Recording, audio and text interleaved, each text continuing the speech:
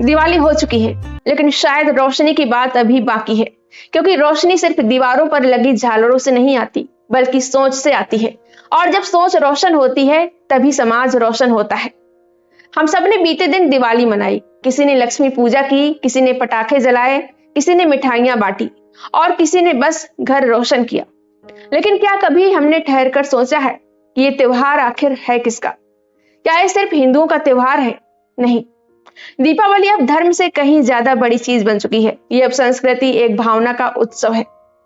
आइए जरा पीछे चलते हैं और देखते हैं कि कौन कौन और कैसे दिवाली मनाता है। हिंदू धर्म में दीपावली को भगवान राम के अयोध्या लौटने की खुशी के रूप में मनाया जाता है। काल्पनिक कहानी के मुताबिक 14 साल के वनवास और रावण वध के बाद जब राम अयोध्या लौटे, तो पूरे नगर ने दीप जलाकर उनका स्वागत किया। तभी से दीपावली अंधकार पर प्रकाश की जीत के रूप में मनाया जाने लगा। इसे एक प्रतीक के रूप में मनाया जाता है। इसके साथ ही हिंदू धर्म में यह दिन देवी लक्ष्मी की पूजा के रूप में भी मनाया जाता है। धन, सौभाग्य और समृद्धि की देवी के रूप में लोग मानते हैं कि इस दिन लक्ष्मी घर पर आती हैं और जिस घर में सफाई और श्रद्धा भक्ति होती है वही ठहरती है। लेकिन सवाल यह है कि क्या सचमुच लक्ष्मी सिर्फ धन की देवी है, या फिर प्रयास और कर्म से ही धन आएगा? क्योंकि बिना कर्म के कोई भी धन स्थायी नहीं होता है। यहाँ पर एक बात और जाननी जरूरी है कि दिवाली पर पूजी जाने वाली महालक्ष्मी वास्तव में कोई देवी नहीं है, बल्कि स्वयं बुद्ध की जननी यानी कि माता महामाया देवी है। इसलिए उनका स्वरूप हमें भारत से लेकर श्रीलंका, थाईलैंड, चीन और नेपाल तक के प्राचीन स्तूपों और विहारों में अंकित मिलता है। महालक्ष्मी शब्द में जो महा है वो महामाया का ही रूपांतरण है। लगभग 2200 साल पहले के सांची स्तूप में इसका सजीव प्रमाण देखा जा सकता है। मतलब ब्राह्मणों ने बौद्धों के उत्सव की नकल की और मनगढ़ंत कहानियां बनाकर बुद्ध की मां महामाया को महालक्ष्मी देवी बता दिया और उसको धन की देवी बताकर पूजा करनी शुरू कर दी। चलिए अब बात करते हैं बौद्ध धर्म की, जहां दीपावली को दीप दानोत्सव कहा जाता है। बौद्ध ग्रंथों में इसका उल्लेख है कि गौतम बुद्ध के परिनिर्वाण या महापरिनिर्वाण के बाद उनकी शिक्षाओं का प्रकाश फैलाने के लिए लोगों ने दीप जलाए थे। पर बाद में विशेष रूप से चक्रवर्ती सम्राट अशोक महान के समय में दीप दानोत्सव को ज्ञान, करुणा और धम्म की ज्योति के प्रतीक के रूप में मनाया जाने लगा। इस दिन बौद्ध भिक्षु और अनुयायी बुद्ध, धम्म और संघ को दीप अर्जित करते हैं। दीप का अर्थ यहाँ अज्ञान के अंधकार को मिटाकर प्रज्ञा यानी कि बुद्धि का प्रकाश फैलाना। बौद्ध परंपरा में दीप दानोत्सव ये सिखाता है कि अगर तुम अपने भीतर के दीप जलाओगे तो तुम्हें किसी बाहरी रोशनी की जरूरत नहीं पड़ेगी।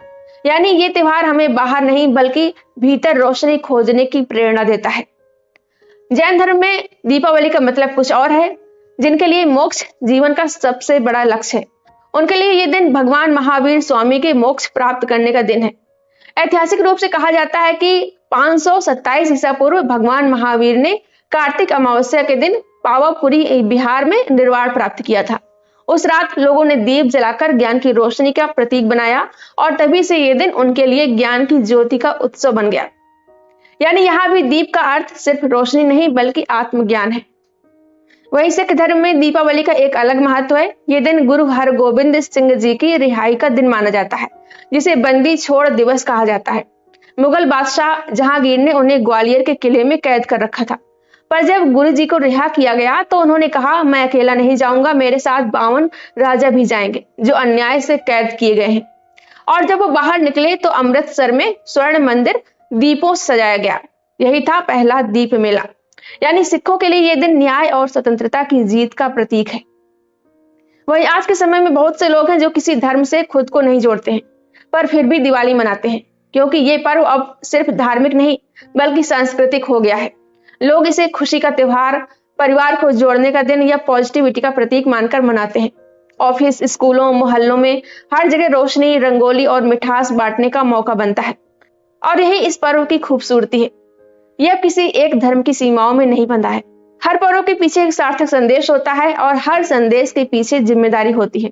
दिवाली सिर्फ खुशियां मनाने का मौका नहीं है बल्कि खुद को परखने का मौका है। दिवाली रोशनी का त्योहार है, लेकिन हर साल इसके बाद जो अंधेरा फैलता है वो लोग देखना ही नहीं चाहते, और यह अंधेरा हमारे आसमान और हमारी सांसों में घुल जाता है। इस साल भी यही हुआ। इस दिन बहुत से लोग आतिशबाजी करते हैं, पटाखे फोड़कर खुशी मनाते हैं, लेकिन पटाखों की तेज आवाज में वे भूल जाते हैं कि हर धमाके के साथ कोई जानवर डर से कांपता है। कोई बीमार व्यक्ति दम घुटने से तड़पता है और आसमान में धुआं उड़ता है, जहरीली हवा बनती है, वो धीरे धीरे हम सबके फेफड़ों में उतर जाती है। क्या यही वो प्रकाश पर्व है जहां प्रकृति का अंधकार बढ़ता जा रहा है? पटाखों और धुएं ने हवा को इतना गंदा कर दिया है, इतना जहरीला कर दिया है कि कई शहरों के लोग सांस लेने से भी डरने लगे। दिल्ली एनसीआर में एयर क्वालिटी इंडेक्स 400 के पार चला गया, जो गंभीर स्तर कहलाता है। मतलब यह कि हवा में जहर इतना बढ़ गया कि बच्चों, बुजुर्गों और बीमार लोगों के लिए बाहर निकलना तक खतरनाक हो गया है। मुंबई, कोलकाता और कई दूसरे शहरों में भी हालात कुछ ऐसे ही रहे। लोग कहते हैं कि थोड़े पटाखे ही तो फोड़े हैं, क्या हुआ? लेकिन जब लाखों लोग थोड़े थोड़े पटाखे फोड़ते हैं तो नतीजा पूरे शहर की सांसों में जहर बनकर फैल जाता है। हवा ही नहीं, हादसे भी बढ़ जाते हैं। अहमदाबाद में दिवाली के दिन 2800 से ज्यादा इमरजेंसी कॉल्स आए, जिसमें सड़क हादसे, आग, जलने की घटनाएं शामिल थी। दिल्ली में फायर ब्रिगेड को सिर्फ एक रात में 269 बार बुलाया गया। हर साल सैकड़ों लोग जल जाते हैं, घायल हो जाते हैं, कुछ की जान तक चली जाती है। पटाखों की वो एक सेकंड की चमक कई घरों में जिंदगी भर का अंधेरा छोड़ जाती है। और सबसे ज्यादा तकलीफ होती है उन मासूम जानवरों को जो कुछ कह भी नहीं सकते। पटाखों की तेज आवाज से कुत्ते, बिल्लियां, गायें, यहाँ तक कि पक्षी तक बुरी तरह डर जाते हैं। कई पालतू जानवर घर से भाग जाते हैं और सड़क पर हादसों में मर जाते हैं। पक्षी आसमान से गिर पड़ते हैं, कुछ झुलस जाते हैं, कुछ मर जाते हैं। पशु अस्पतालों में दिवाली की रात घायल जानवरों की भीड़ लग जाती है।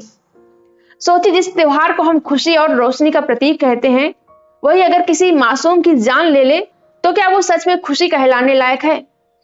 वही ऊर्जा की अंधाधुंध बर्बादी, बिजली की अंधाधुंध खपत, फालतू खर्च, शॉपिंग का दिखावा, ये सब मिलकर दिवाली को सांस्कृतिक नहीं, व्यवसायिक उत्सव बना रहे हैं। हर साल दिवाली के पहले शॉपिंग मॉल्स में सेल लगती है।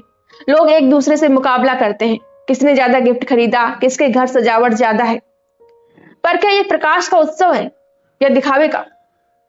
गरीब और मध्यम वर्ग के लिए ये दिखावे का दबाव कर्ज बन जाता है। लोग उधार लेकर मिठाइयां बांटते हैं ताकि समाज में कमतर न दिखे। क्या यही असली दिवाली है, जहां सच्चाई नहीं, सिर्फ दिखावा जगमगाता है?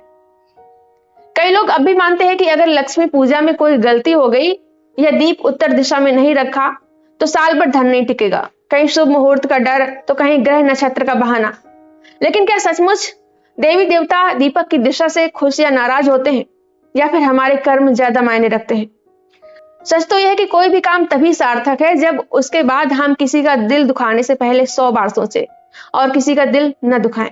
दिवाली का असली मतलब होना चाहिए अपने भीतर का अंधकार मिटाना, अपने अंदर ज्ञान की ज्योति जलाना। किसी के प्रति नफरत, ईर्ष्या, लालच या पाखंड अगर ये सब हमारे दिल में जलते रहे तो चाहे लाख दीप जलाएं, अंधेरा वहीं रहेगा। हमारे दीप सिर्फ तेल से नहीं बल्कि दया, ज्ञान और इंसानियत से जले, क्योंकि यही वो रोशनी है जो बुझाई नहीं जा सकती। क्योंकि जब भीतर का दीप जलता है तभी बाहर का अंधकार मिटता है। सच्ची दिवाली वो होगी जब हम सिर्फ अपने घर ही नहीं बल्कि अपने दिल को भी रोशनी से भरें। जब हमारे उत्सव से किसी को तकलीफ ना पहुंचे, न इंसान को, न जानवर को, न प्रकृति को। अगर हम थोड़ी समझदारी दिखाएं, पटाखे जलाना बंद करें, कम बिजली जलाएं और सादगी से उत्सव मनाएं, तो यही असली प्रकाश पर्व की भावना होगी। आपका इस बारे में क्या कहना है? आप क्या सोचते हैं? कमेंट करके जरूर बताएं। और अगर आपको ये वीडियो पसंद आया हो तो लाइक करें, शेयर करें और हाइप भी कर दें। मिलते हैं अगली वीडियो में। धन्यवाद।